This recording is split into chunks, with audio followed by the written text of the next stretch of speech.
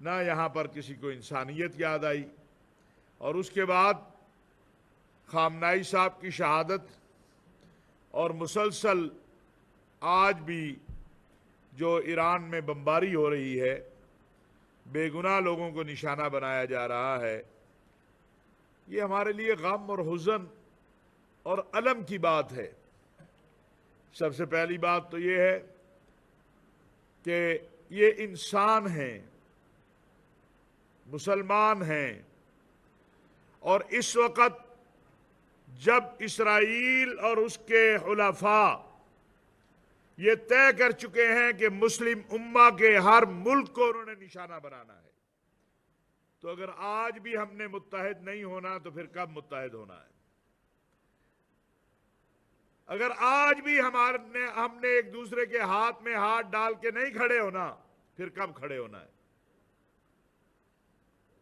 جیسے علامہ صاحب نے کہا، ہمارے جو برادر اسلامی ممالک ہیں، عرب ممالک ہیں، ان کے حوالے سے ایرانی صدر جو ہیں اور ایرانی وزیر خارجہ کچھ چیزوں کو واضح کر چکے ہیں، معذرت کر چکے ہیں. تو ہمیں سمجھ آ جانی چاہیے کہ دشمن کون سا کھیل کھیلنا چاہتا ہے. وہ چاہتا ہے کہ کسی طرح سے یہ جنگ شیعہ سنی کی جنگ بنے، یہ جنگ عرب اور ایران کی جنگ بنے، یہ جنگ اسلامی دنیا کے ممالک کے درمیان شروع ہو اور وہ بیٹھ کے تماشا دیکھے. ایسے حالات میں جذبات کی نہیں، ہوش کی ضرورت ہوتی ہے. وہ یہی تو چاہتا ہے.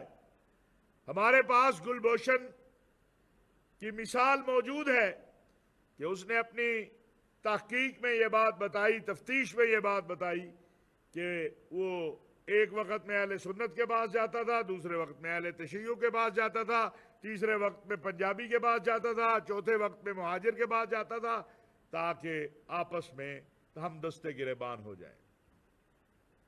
اللہ کے فضل و کرم اور احسان سے، ان اکابرین کی کوششوں سے جو قومی پیغام امن کمیٹی قائم کی گئی، میں سمجھتا ہوں کہ ان 2-3 ماہ میں اس نے جو ایک بڑا کردار ادا کیا، جس میں یہ سب حضرات شامل ہیں، الحمدللہ ایک بھرپور انداز سے پاکستانی قوم کی وحدت اور اتحاد کا پیغام پوری دنیا کو گیا ہے. اگر ہم داخلی طور پر مضبوط ہوں گے تو اس وقت جو ہماری قیادت کام کر رہی ہے وہ آسانی سے اس طرف اپنی توجہ لگائے گی.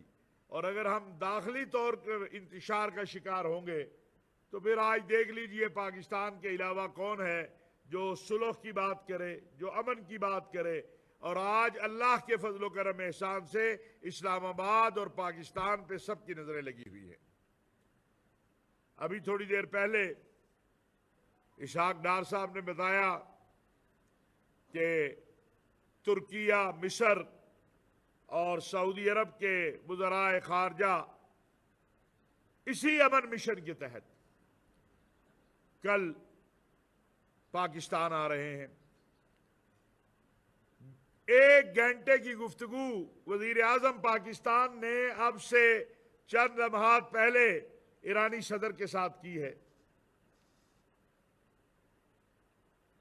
مملکت سعودی عرب ہو، پاکستان ہو، ایران ہو، ترکیہ ہو، مصر ہو، سب کی کوشش امن کی کوشش ہے. اور میں ایک بات بڑی واضح کہنا چاہتا ہوں، یہ جو تقسیم چاہتے ہیں، یہ جو ابھی علامہ صاحب نے بھی اس کا ذکر کیا، یوٹیوبر یا کچھ سوشل میڈیا کے فتنہ پرور، ان کو بھی کہنا چاہتا ہوں کہ پاکستان اور پاکستانی قوم ظلم کے خلاف، وحشت کے خلاف ایک ہے. ہم ایران پر ہونے والے امریکی اور اسرائیلی حملے کی پاکستان کے اندر کوئی انسان ایسا موجود نہیں ہے جو اس کی مذمت نہ کر رہا ہو. یہ حملہ انسانیت پر حملہ ہے، یہ حملہ مسلمانوں پر حملہ ہے، یہ حملہ ہمارے برادر اسلامی ملک پر حملہ ہے.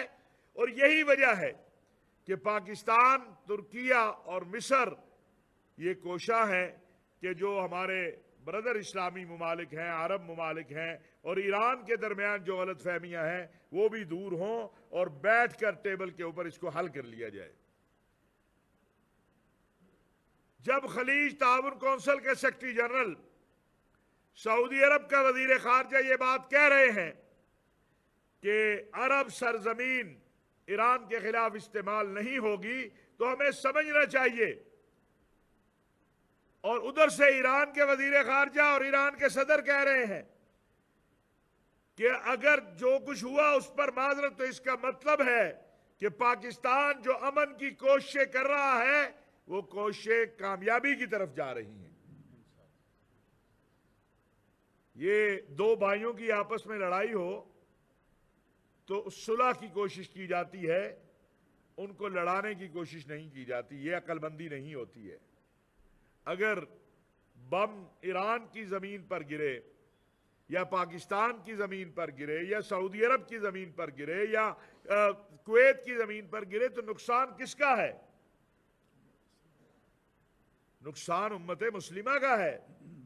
اور پھر عرض حرمین شریفین، میں آج پھر کہوں گا، پرسوں بھی ہم قاسم قاسمی صاحب کی، کہ عرض حرمین شریفین مملکت سعودی عرب، مکہ مکرمہ، مدینہ منورہ، ہم سب کی عقیدت، ہم سب اسی طرف نماز منہ کر کے پڑھتے ہیں۔ کیسے کوئی تصور کر سکتا ہے کہ مکہ مکرمہ یا مدینہ منورہ کو کوئی نقصان پہنچائے؟ ہاں یہ ممکن ہے، اور اس سے آگاہ رہنا چاہیے، ہمیں تیار رہنا چاہیے ذہنی طور پر کہ چونکہ جس دشمن سے واسطہ ہے وہ بڑا کمینہ ہے۔ ہنود و یہود و نصارہ اور اسرائیلی سازشیں، آج 29واں دن ہے الاقصی بند ہے۔ تاریخ میں 1967 کے بعد یہ پہلا موقع ہے کہ الاقصی بند ہے اور وہاں نماز نہیں ہو رہی، اور پوری تاریخ میں پہلا موقع ہے کہ وہاں پر نماز عید نہیں ہوئی ہے۔ لبنان، آج کسی نے مجھے صبح بھیجا کہ آپ بات ایران کی کر رہے ہیں، آپ بات جو ہے یہ عرب اسلامی دنیا کی کر رہے ہیں، او بھائی لبنان بھی آپ ہی کا حصہ ہے، اس کا بھی پتہ کر لو کیا حال ہو رہا ہے، اس کی بھی خیر خبر لے لو۔ اسرائیل جو کھیل اس ساری آڑ میں لبنان کے ساتھ کھیل رہا ہے، ہمیں اسے آگاہ رہنا چاہیے۔ پاکستان کے اندر یہ اکابرین ہیں، انہوں نے پوری محنت کے ساتھ پیغام پاکستان کی صورت میں ایک وحدت اور اتحاد کا وہ بیانیہ دیا ہے جو دستور پاکستان، آئین پاکستان کے بعد سب سے اہم جو دستاویز ہے۔ پیغام پاکستان پیغام اسلام ہے۔ ہمارے معاملات